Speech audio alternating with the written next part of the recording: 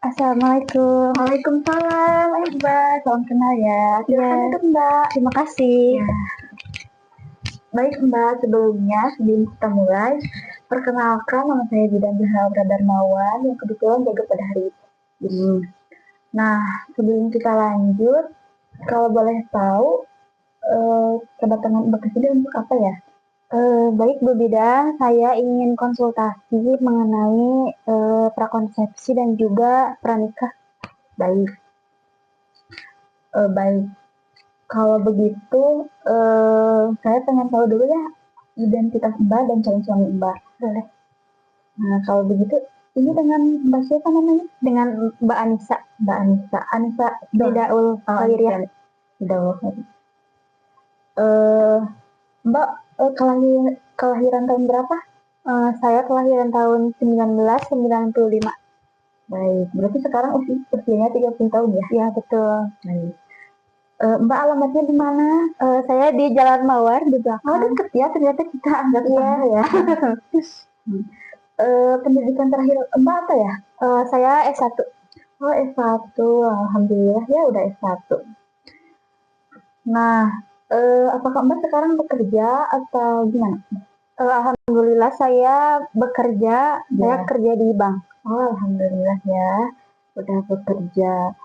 Nah, selanjutnya apakah ini perencanaan pernikahan yang pertama atau sebelumnya udah pernah menikah? Saya perencanaan baru yang pertama kali. Oh, yang pertama kalinya? Ya. Baik. Nah, selanjutnya saya akan tanya tentang identitas calon suami Mbak ya. Boleh. Kalau boleh tahu siapa namanya? Namanya Ahmad. Ahmad aja, Mbak? Ya, betul. Ahmad. Kelahiran tahun berapa? Tahun 85. 85. Berarti beda 10 tahun ya sama Mbak? Iya, betul. Karena satu pekerjaan ya, jadi cinlok gitu. Oh, cinlok. Alhamdulillah ya, cinlok sama teman kerja jadi enak gitu ya. Kerjanya barengan lah. Oke. Alamat calon suami Mbak? Di Jalan Rambutan. Oh, Jalan Rambutan. Baik. Pendidikan terakhirnya? S1 juga. S1. Baik. Kenapa nggak dibawa ke sini Mbak calonnya? Iya, soalnya kan calon saya tadinya memang mau ikut ke sini, cuman karena ada kepentingan lain di pekerjaan, jadinya nggak bisa ikut menemani. Oh, ya gak apa-apa deh Mbaknya aja. Oke, baik Mbak. Untuk identitas udah semuanya saya tanyakan. Nah, untuk selanjutnya Mbak boleh tunggu dulu ya di ruang tunggu di sana. Lalu ntar sama saya dipanggil. Oh, baik, kalau begitu Bu Bidan. Ya. Dan kalau begitu saya tunggu ya di ruang tunggu. Terima kasih ya Ibu. Assalamualaikum Ibu. Ibu gimana keadaannya hari ini? Alhamdulillah Ibu, baik. Alhamdulillah ya Bu ya. Kita tensi dulu sekalian ukur suhu badan ya Bu ya. Termometernya boleh disimpan di ketiak ya Bu ya. Baik Ibu. Oke Bu.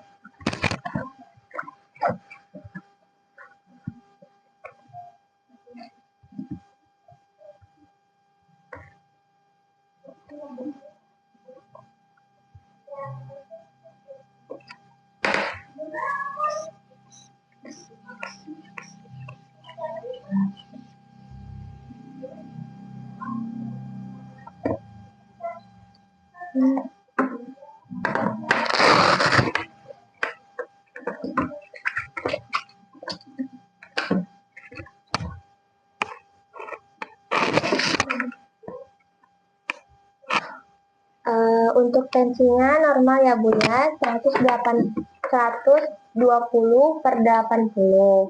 Untuk suhu tubuhnya normal Ibu ya, 35, 36,5 ya Bu ya di sininya. Ya, 36,5. Sekarang kita cek tinggi badan sama cek berat badan dulu ya. Di sebelah sana Bu.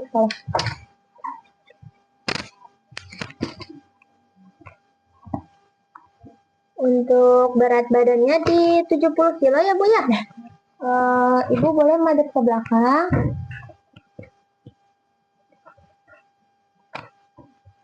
Untuk tinggi badannya di 155 ya Bu ya. Ibu boleh duduk lagi?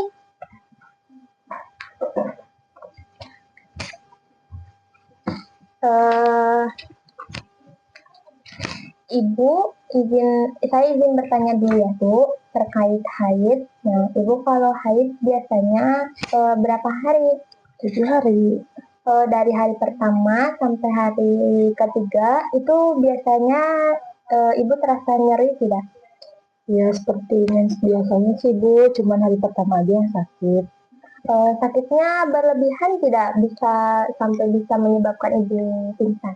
Enggak. Kalau untuk mual-mualnya paling suka pusing sih. Oke.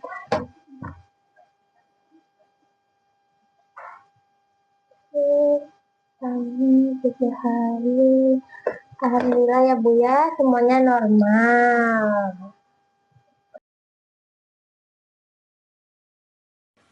Baik Ibu, terima kasih ya. Selanjutnya kita lanjut ke pertanyaan berikutnya ya, tentang riwayat penyakit keluarga. Sebelumnya saya minta izin terlebih dahulu ya Ibu untuk menanyakan hal-hal ini. Apakah saya diperbolehkan Bu? Boleh. Baik Ibu, terima kasih banyak ya Bu. Sebelumnya saya ingin menanyakan apakah ada anggota keluarga Ibu yang memiliki riwayat penyakit kronis tertentu? Tidak ada. Tidak ada. Baik ya, alhamdulillah ya Bu, tidak ada.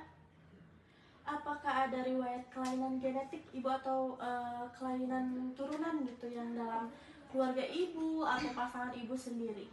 Untuk saat ini tidak ada. Tidak ada ya Bu, alhamdulillah tidak ada juga. Baik Bu, selanjutnya apakah ada riwayat bayi lahir dengan kelainan bawaan dalam keluarga Ibu? Kayak cacat ya? Iya betul Bu, kayak cacat, kayak sumbing, bibir sumbing gitu. Tidak ada. Alhamdulillah tidak ada ya. Terus Ibu, apakah ada anggota keluarga yang menderita seperti hipertensi? Hipertensi itu adalah riwayat darah tinggi ya Ibu, atau penyakit jantung, asma, atau alergi berat, atau gangguan kejiwaan lainnya. Apakah ada Bu seperti itu?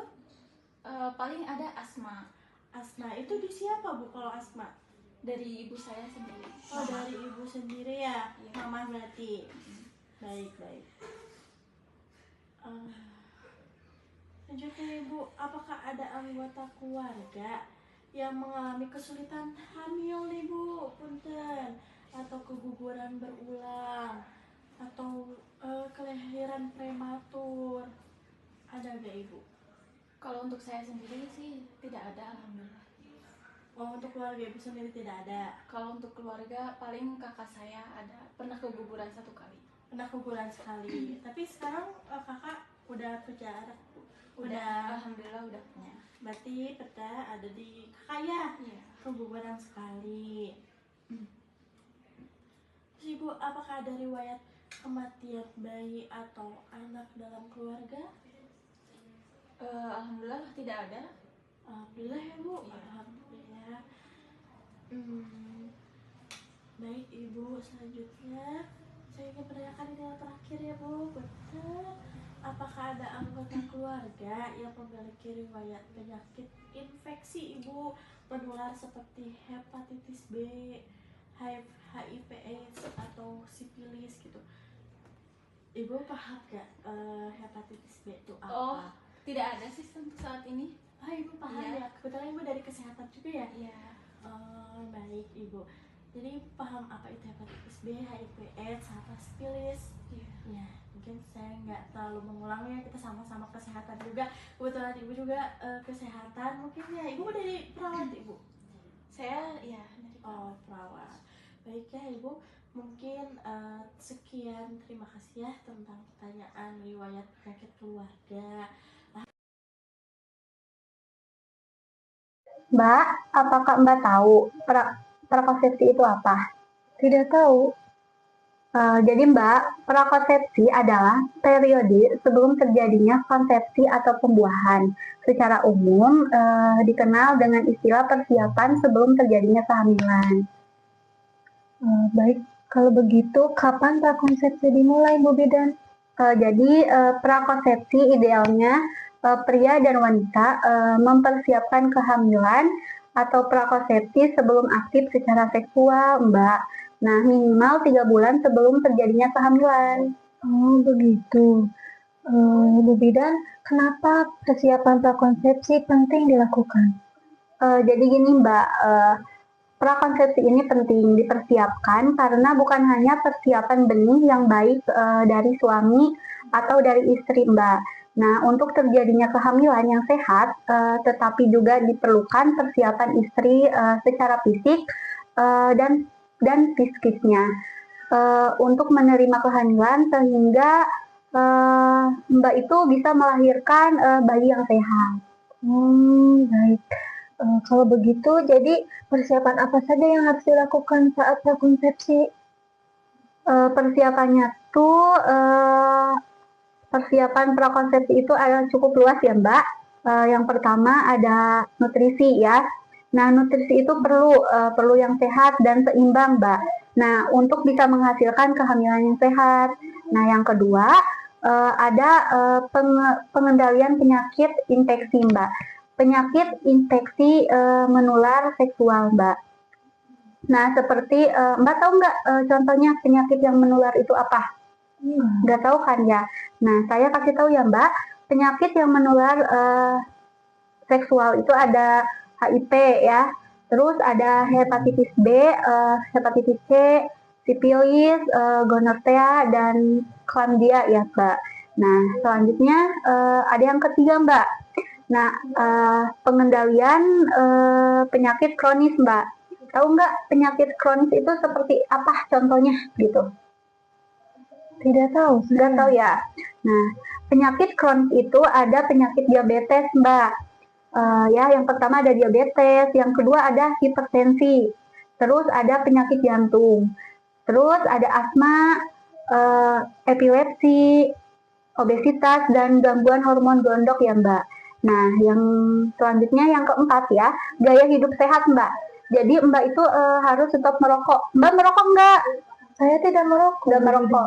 Calon suaminya merokok nggak? Mungkin merokok ya? Iya, Merokok nggak? merokok. Nah, dikurang-kurangin ya Mbak. Terus calon suami Mbak juga minum alkohol nggak? Tidak. Tidak. Nah, jangan minum alkohol ya Mbak. Terus obat-obatan yang berbahaya, obat-obatan terlarang kayak narkoba gitu, jangan ya Mbak. Nah, selanjutnya ada hindari pekerjaan atau hobi yang berbahaya terhadap kesehatan reproduksi Mbak.